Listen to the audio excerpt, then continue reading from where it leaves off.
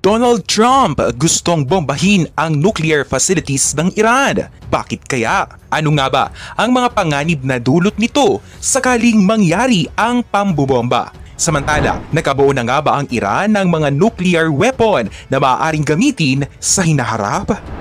Nanindigan si Republican White House hopeful Donald Trump noong Biyernes na dapat atakihin ng Israel ang mga nuclear facilities ng Iran bilang tugon sa mga kamakailang missile strike ng Islamic Republic. Sa isang kaganapan sa kampanya sa Fayetteville, North Carolina, sinagot ni Trump ang isang katanungan na naitanong din kay President Joe Biden sa ilang interview. Ito ay kung dapat nga bang bombahin ang mga nuclear facilities ng Iran. Sinabi ni Biden na basta't wag lang tatamaan ang mga nuclear na bagay. Pero ang sagot ni Trump na iyon nga ang dapat mong atakihin. That's the thing you want to hit, right? I said, I think he's got that one wrong. Isn't that what you're supposed to hit?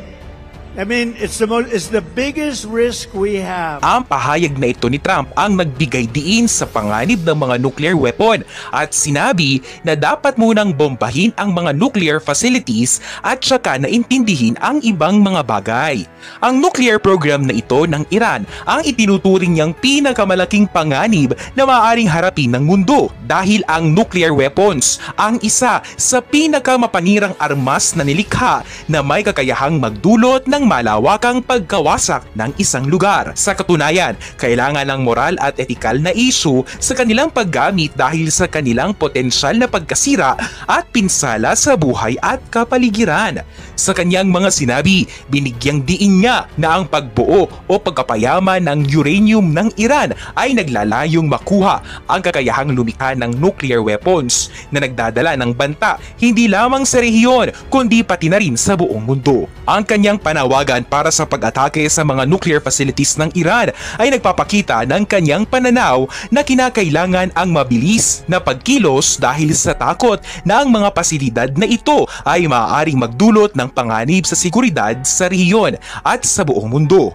Ang mga operasyon at strikes laban sa mga site na ito ay nakatuon sa paghadlang sa pag-unlad ng nuclear capability ng Iran at sa pagprotekta sa kanilang sariling mga interes at alyansa sa rehiyon. Pero nasaan nga ba ang mga nuclear facilities ng Iran? Ipinahayag ng mga ulat na ang nuclear program ng Iran ay nakakalat sa maraming lokasyon at ilan sa mga pasilidad na ito ay itinayo sa ilalim ng lupa. Kabilang narito ang Fordo na matatagpuan malapit sa bayan ng Fordo sa lalawigan ng Qom sa gitnang bahagi ng Iran.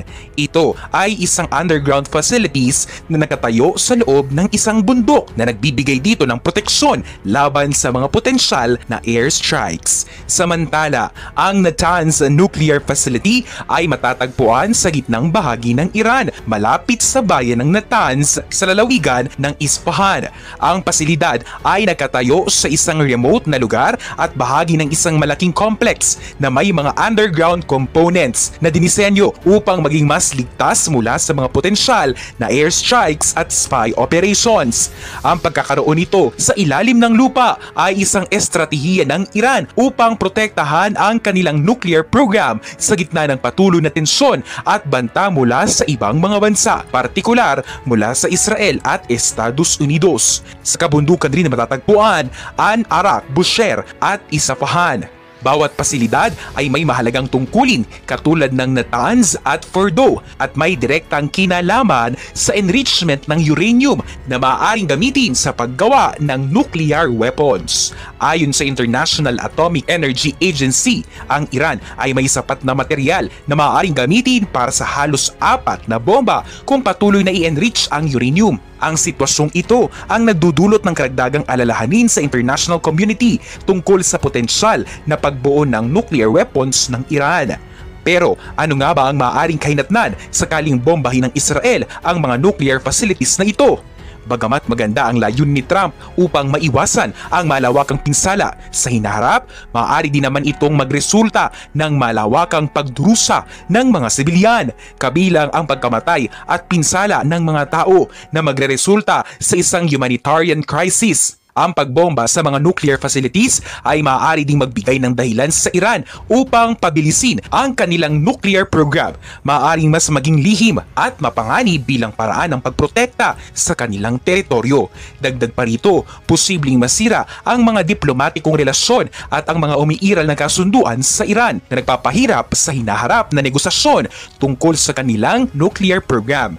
Ang mga epekto nito ay hindi lamang makapinsala sa Iran, kundi pati na rin sa mga kalapit na bansa na maaaring maging biktima ng mga retaliatory attacks at pagkasira ng seguridad sa rehiyon. Sa huli, maaaring makaranas ng pagkagambala ang pandaigdigang merkado, lalo na sa langis, na magdudulot ng pagtaas ng presyo ng langis at iba pang commodities.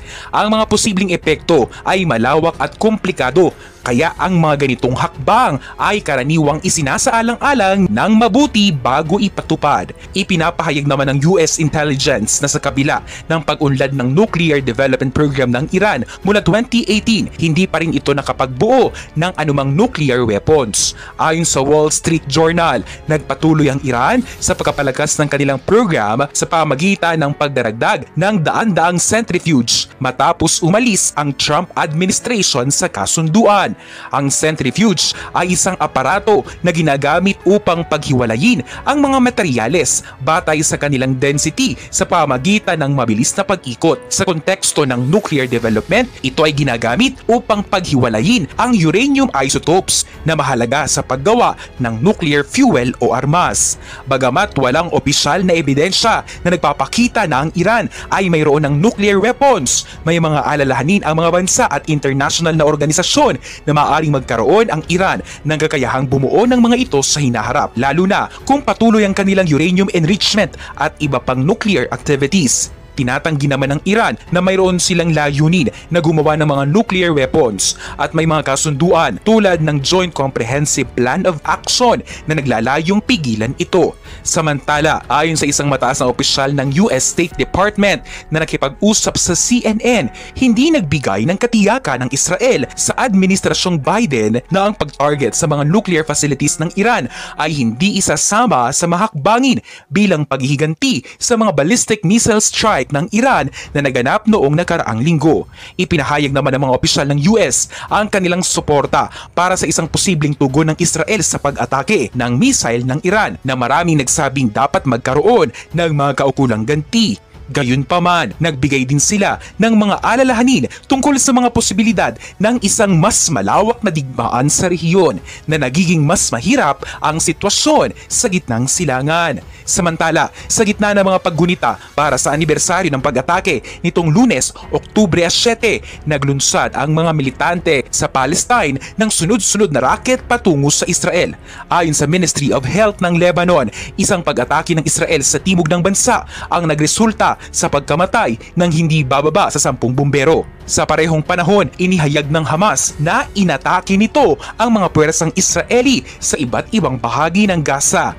Sinabi ng militar ng Israel na nagsagawa ito ng serye ng artilerya at airstrikes sa gabi at umaga ng Lunes upang hadlangan ang sinasabing nalalapit na pag-atake na nakatuon sa mga launch post ng Hamas at underground na infrastruktura ng mga militante. Ang labanan sa anibersaryo ay nagbibigay diin sa katatagan ng mga militante sa kabila ng patuloy na mapaminsalang opensiba ng Israel na ayon sa mga lokal na opisyal ng medisina ay pumatay ng humigit kumulang 42,000 Palestinians at nagwasak ng malalaking bahagi ng Gaza na nagresulta sa paglikas ng humigit kumulang 70% ng populasyon nito.